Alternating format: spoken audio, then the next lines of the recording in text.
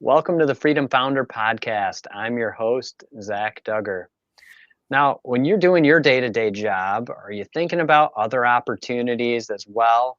Sometimes the proverbial side hustle is something we need to be considering.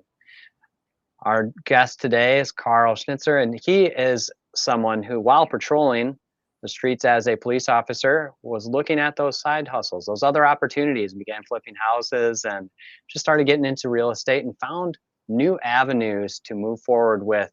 And I believe it was 2020, made a shift into the current business venture that he's involved in. But we're going to get into that conversation shortly here, and he can clarify if I'm mistaken in my order of events. But Carl, thank you, and welcome to the show. Hey, Zach, I'm happy to be here. You're one of the first to get my last name right, so always good.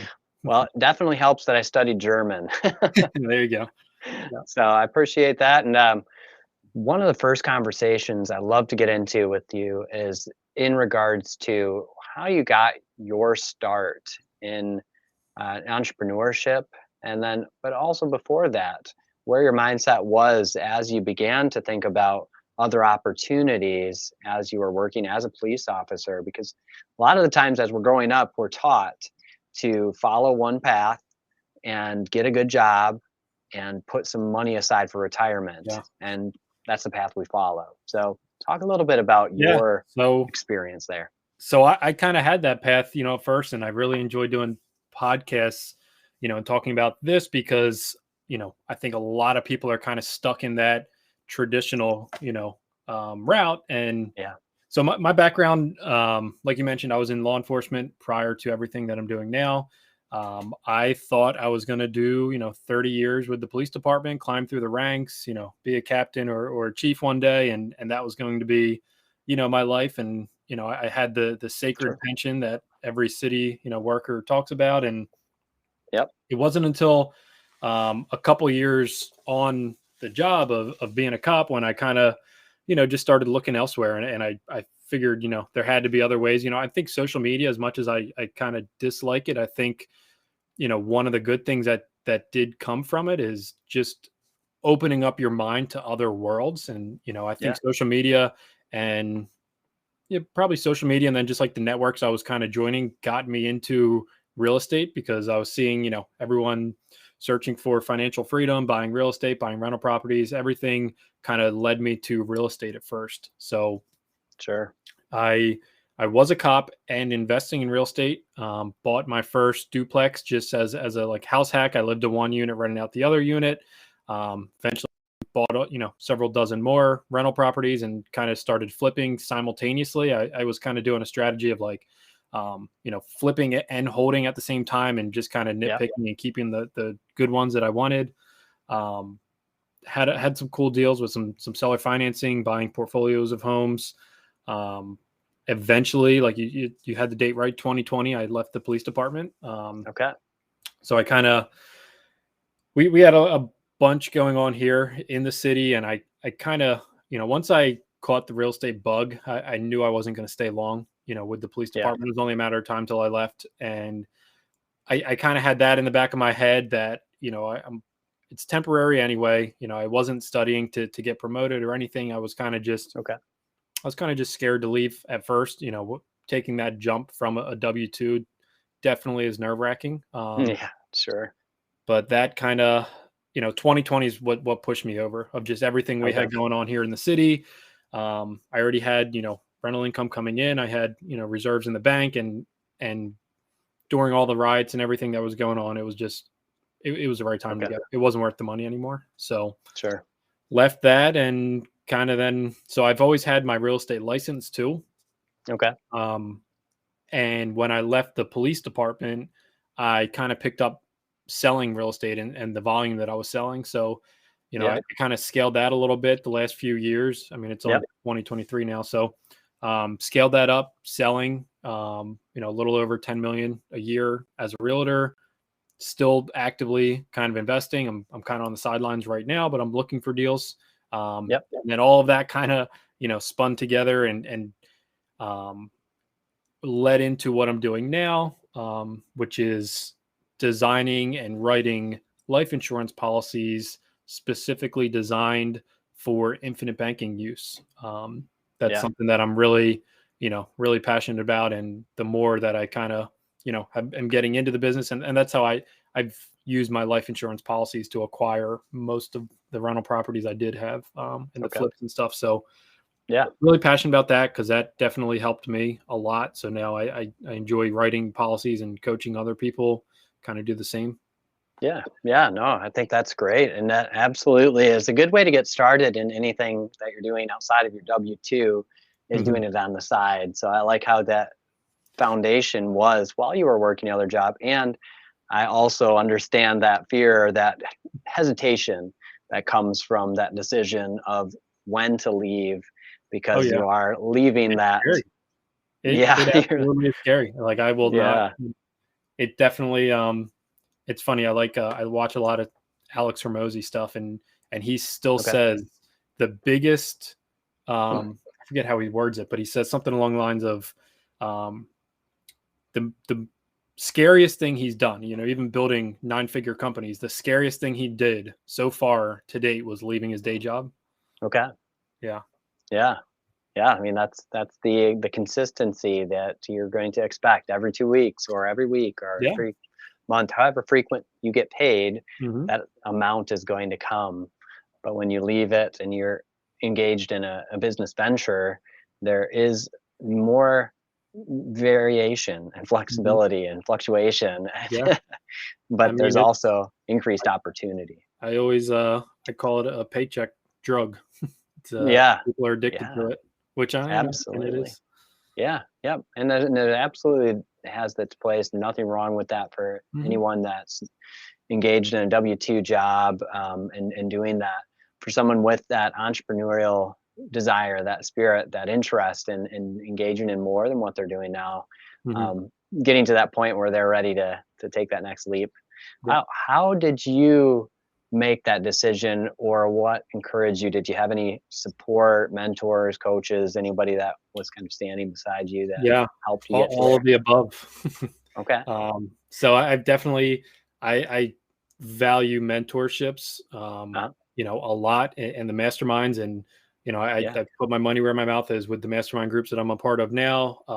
They're Yeah. not cheap, and I definitely encourage a lot of people, um, to get into the right group. Sometimes, the groups that you join, you wouldn't want to join something that's not people in your industry. I mean, sometimes Yeah. you maybe would, but like there's been groups that I've joined that, maybe people were, I was more of the coach in that group, whereas the Hmm. groups that I'm kind of joining now, the people are, 8 and 9 figure companies that I'm looking up to them and they have the advice to give back to me. So there's always a Sure. transition of the groups that you join and the mentors that you have. But definitely had support from mentors, from friends. Yeah. My wife, she was an awesome support too. So she'd never liked when I was a cop in the first place. Okay. And Yep. she, was very happy to see me get into real estate at first, and, kind of always supported me and encouraged me to keep that going so that, eventually I could get out of the police department. Yeah. Oh, I mean, I understand that. I know for others that I've spoken with that the family, especially those closest, Hmm. spouse, significant other, there is that sense of concern if you're on patrol and on duty, that there is some safety concern that things Yeah. do and can come up in your line of work. Oh yeah, absolutely. So I would, I was thankful to never, be involved in anything too serious. yeah. But just working when stuff is going on, I would always get texts from my wife or my mom, and they would see me on the news, or they would text me, if they Hmm. hear about something going on, or anything that's breaking news, and I was working, I'm always getting, flooded with Yeah. texts, I can hey, imagine. are you okay? Stuff like that. Yeah, I can imagine so, and I imagine that you don't get those as much anymore. No, no, not at all. So, well, Oh, actually, funny story. We did have one of our rental properties in the news once. okay. Turns out our tenant was selling drugs. Did not Oh, know that, but okay.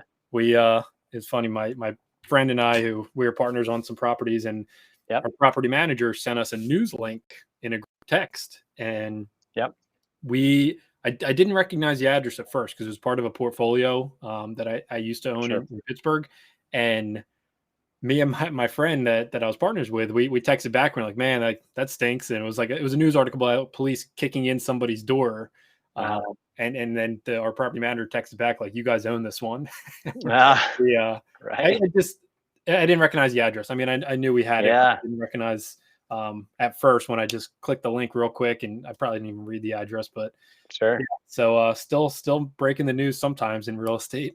Yeah, definitely. It sounds like it. Now, for someone that wouldn't know what impact that might have for a landlord, what kind of impact does that type of a situation have for an owner of a property where there it is discovered that somebody was cooking drugs, Yeah. making some type of Yeah. doing some legal activity on your property? So I mean, I've only had that happen once. Yeah.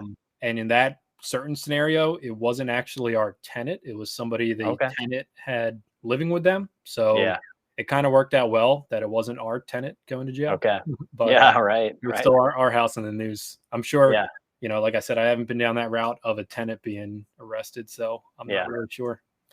Well, on one side, at least that's getting a person out that probably you don't want to have there anyway. Yeah, So exactly.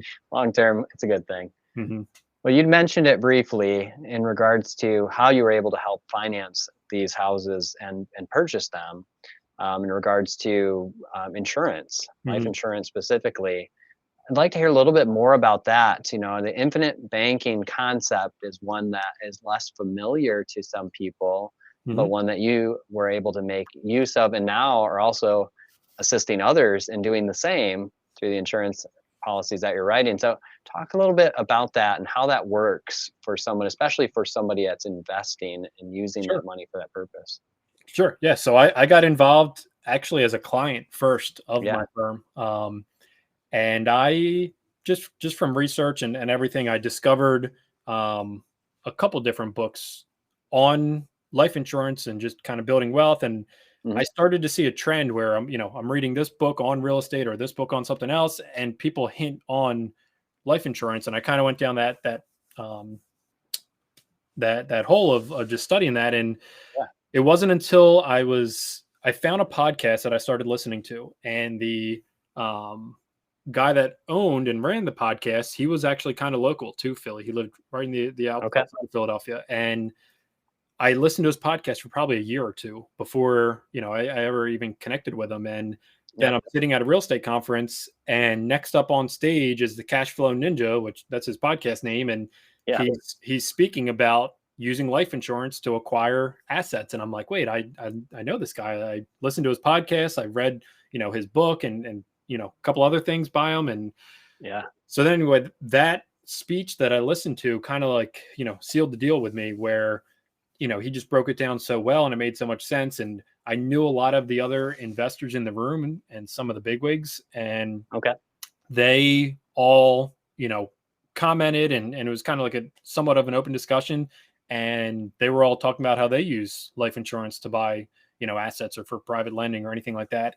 And Yeah. that's when I kind of, it switched, because before I had, like, oh, it's life insurance. It's, just for when you die, your family gets paid out. And Right. that's such a little and like part of life insurance. And, that's kind of why I'm so passionate about it now, is because there's such a big gap, and there's such a even sometimes a negative, connotation towards life insurance. Hmm. And everything that I've learned and everything I've studied, and the families that I work with now, there's such a big gap between how the general public is sold life insurance and the knowledge they have of life Yeah. insurance, and how the whatever you want to call it, ultra high net worth families utilize life insurance, and how they're taught about life insurance and everything that they know about it. There's a huge gap there.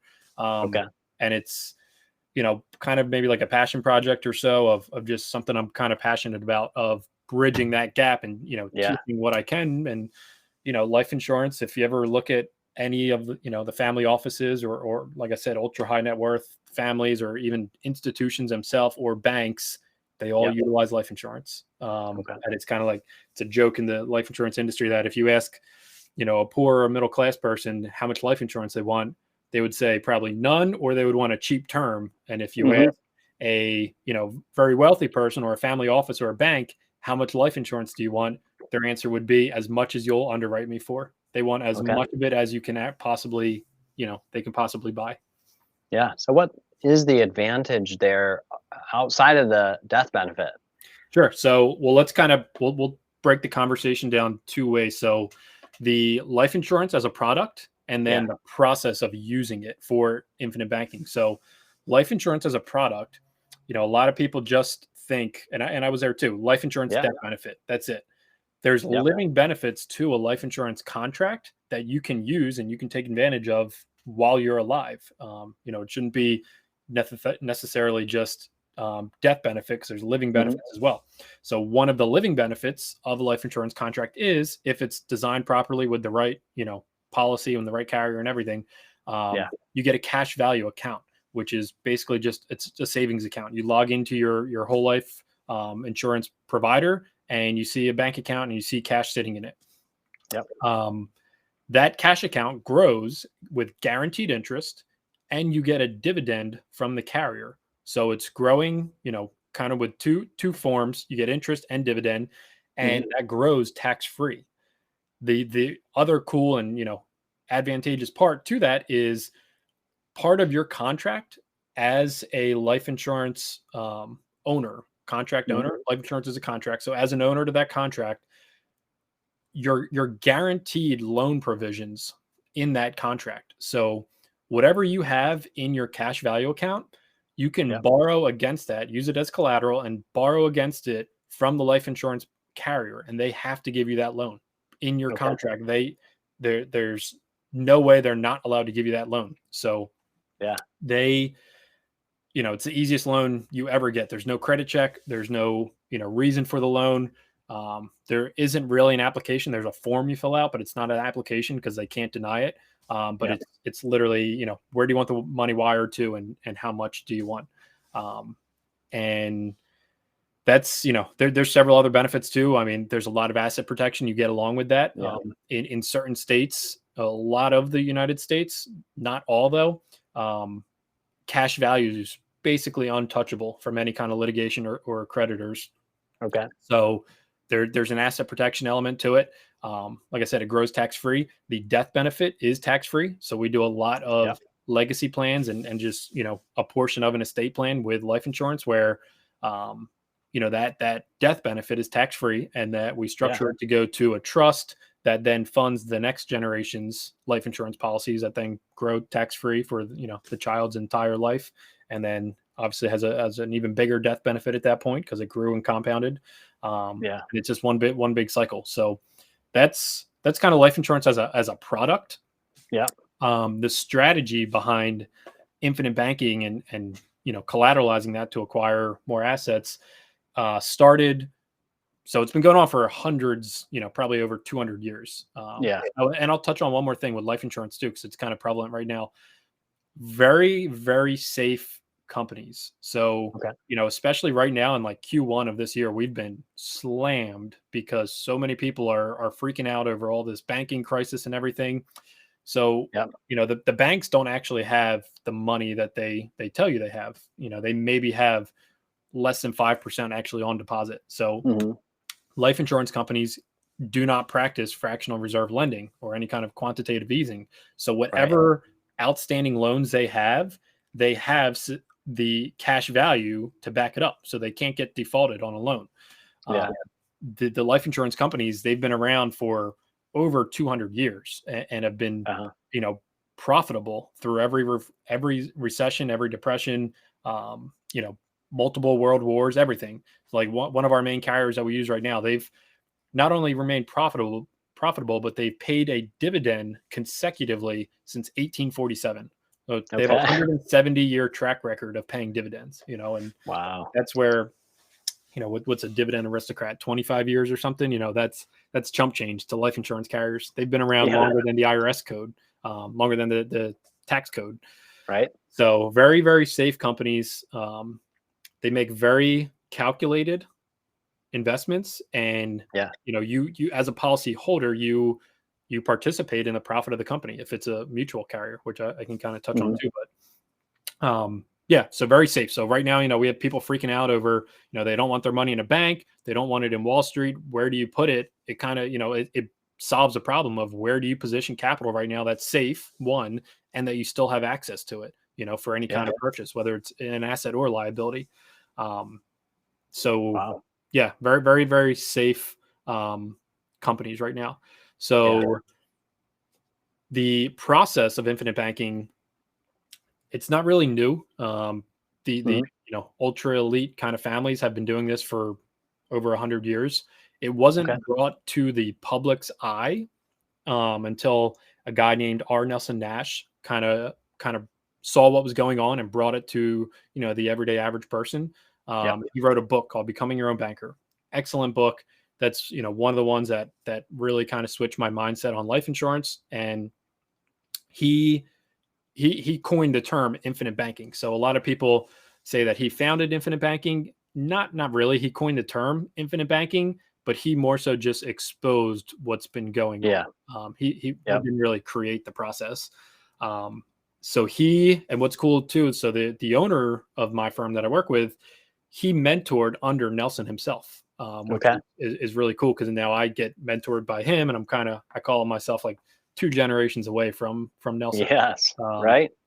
But he wrote that book. He then started the Nelson Nash Institute, which is it's an additional coursework and kind of like membership to the Nelson Nash Institute, where after you get your life insurance license, you can then apply to the Nelson Nash Institute, and there's more coursework to learning how to write the policies correctly, and then how to use them, basically. So, life insurance, once you have your life insurance license, there's in any industry, there's probably bad eggs in every industry in the world, but there's a lot of people that talk about infinite banking or write, and if you're just listening, I'm using air quotes right now, they write infinite banking style policies, and it's the wrong product, it's the wrong carrier, somebody we would never use. And that's where he started the Nelson Nash Institute, where you can be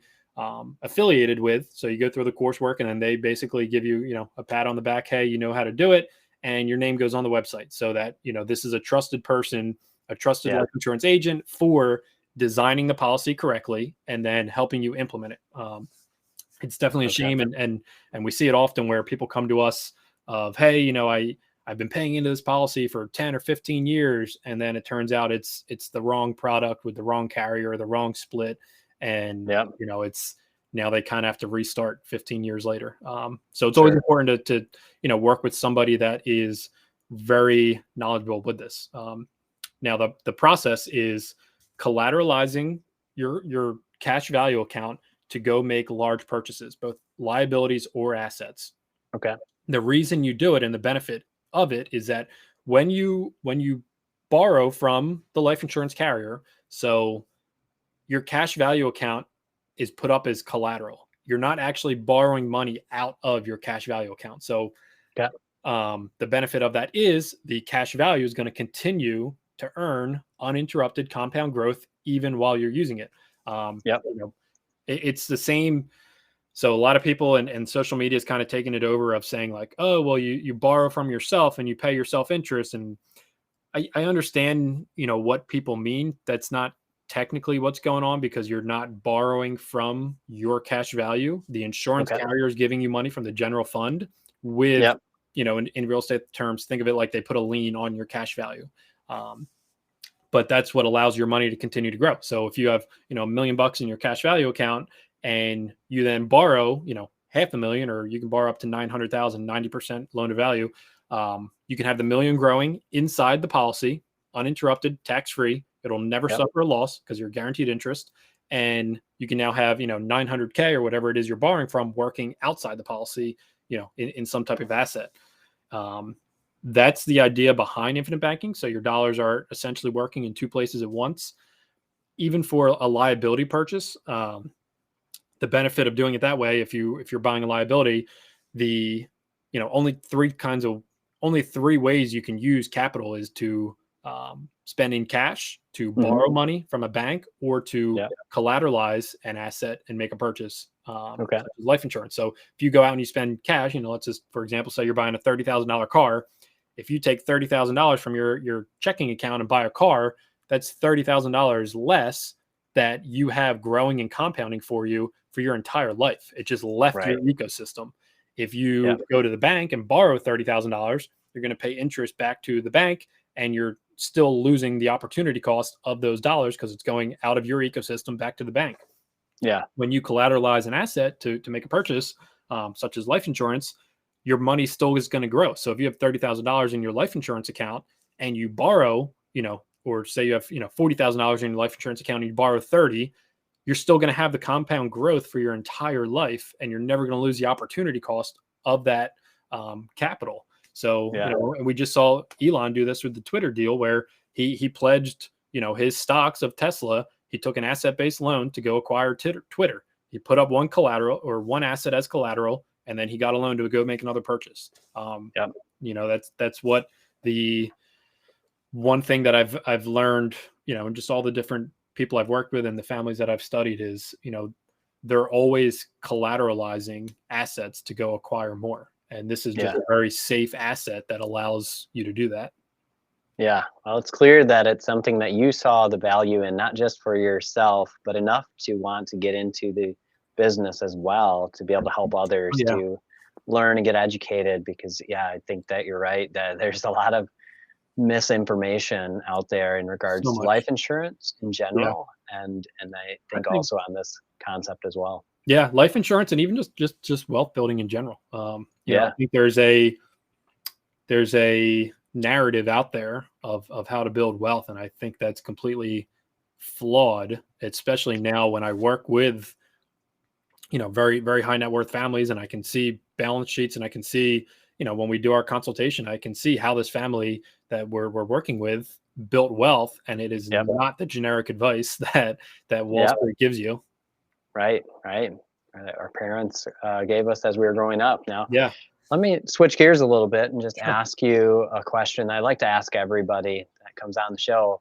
If you were to be handed $1 million today with no restrictions, what would you do with that? How would you invest that money into either your current business or another endeavor, and why? Probably straight to Vegas. I No. So if I was given $1 million, haven't gotten that answer yet. So yeah. I would put it right into life insurance first, and then I would probably go, diversify it into real estate and some gas and oil and stuff. A lot of it I would probably just reinvest into myself. That's the best investment and the best return you'll ever get. So, whether that looks like, buying some kind of business that I'm going to operate, or just buying, a new mastermind course or some kind of education, something that's going to teach me a new skill that I can then go, sell that skill. So I don't know if I would put it all straight into an investment. I'd probably position a large portion of it to, once it goes into life insurance first, borrowing it back out, then positioning it to, probably, I think my next kind of adventure is going to be buying small businesses. I definitely am a fan of real estate and just other types of investments and syndications and stuff. But I think, everything that I'm seeing now within, the families that I work with, a lot of opportunity, especially in this economy and in the next probably 18 months, of acquiring small businesses. Sure. Okay. Well, I like that answer, and I appreciate it. And I appreciate all the insights that you've shared in just a short period of time. But if anybody wants to learn more and to consider even this type of product for themselves, what is the best way for someone to connect with you? Well, first, do you operate outside of Pennsylvania? And then second, if someone wants to connect with you, what is the best way to do so? Sure. So we operate in all 50 states. Okay. If anyone listening is in Canada, we personally do not write policies in Canada, but we do have a partner that is licensed in Canada to write them, that is trustworthy. All 50 states to connect with us. So our website and the firm is called Producers Wealth. That's a great place to start. There's some podcast episodes on there. My personal kind of scheduling stuff is schedulewithcarl.com. That's Carl with a K. And then other than that, you can find me on all the social medias, links, Facebook, Instagram. I can send some links, and if you have a description, Facebook is Perfect. Carl Yeah. Schnitzer. Instagram is Schnitz93, my high school nickname still. All right. Excellent. Yes. And I'll definitely add any of those to our show notes as well. So would encourage everyone to reach out to Carl, especially if you are looking to grow your wealth over time and to take advantage of this strategy, Yeah. make use of what's out there and available. So Carl, thank you again for being on the show and sharing your insights. Thanks, Zach.